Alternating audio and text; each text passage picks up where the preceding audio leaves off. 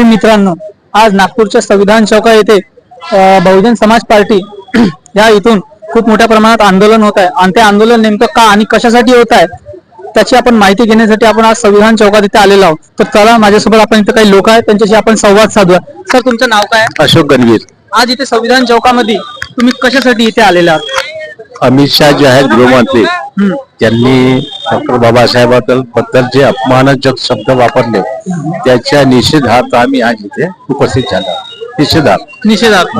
मग हा निषेध कशा पद्धतीने करणार आहे तुम्ही? याच माध्यमानं आपलं धरणे आंदोलन यानंतर कलेक्टरला वगैरे निवेदन वगैरे सादर निवेदन आहे.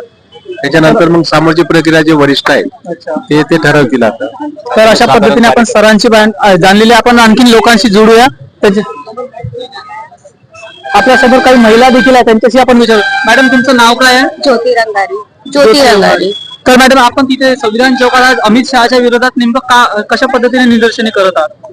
मुझे ऐसा लगता है कि उन्होंने जो बोला है, थोड़ा जोरात बोला.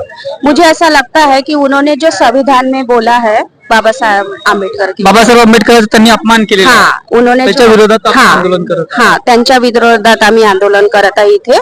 कारण ज्यांनी ते जे शब्द वापरले ते चुकीचे आहे आणि माझ्या मते त्यांना माफी आणि इस्तीफा पण दिला पाहिजे.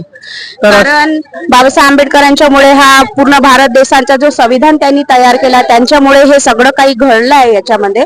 कारण जे स्त्रियांना बाबासाहेब आंबेडकरांनी जे स्वातंत्र्य दिलं एखाद्या देवी देवतांनी दिलेलं नाहीये. आणि ज्या वेळेस आम्हाला भगवानाची गरज होती तर एकही भगवान इथे धावून आलेलं नाही. आमच्यावालं स्वातंत्र्य जे घडवून आणलं आहे ते बाबासाहेब आंबेडकरांनी घडवून आणलं आहे. स्त्रीचं शिक्षण बाबासाहेब आंबेडकरांनी केलं. जे स्त्रिया गरोदर राहायच्या त्यांना लीव बाबासाहेब आंबेडकरांमुळे मिळाली. आज स्त्रिया टीचर बनत आहे, डॉक्टर बनत आहे, इंजिनियर बनत आहे, पायलट बनत आहे. सगळी देण बाबासाहेब आंबेडकरांमुळे होत आहे. एखादा देवी देवता इथे धरतीवर आलेला नहीं है. किस देवी देवता के बारे में बात कर रहा है? आवाज कमी कर. 36 देवी देवता के बारे में बात कर रहा.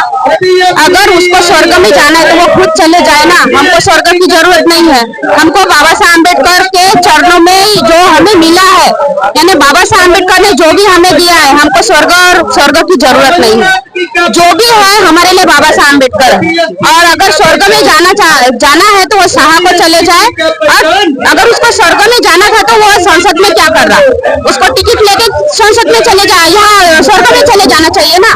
और स्वर्ग का रास्ता उसे पता होगा, हमको तो मालूम नहीं है ना. हमको धरती पे ही रहना है.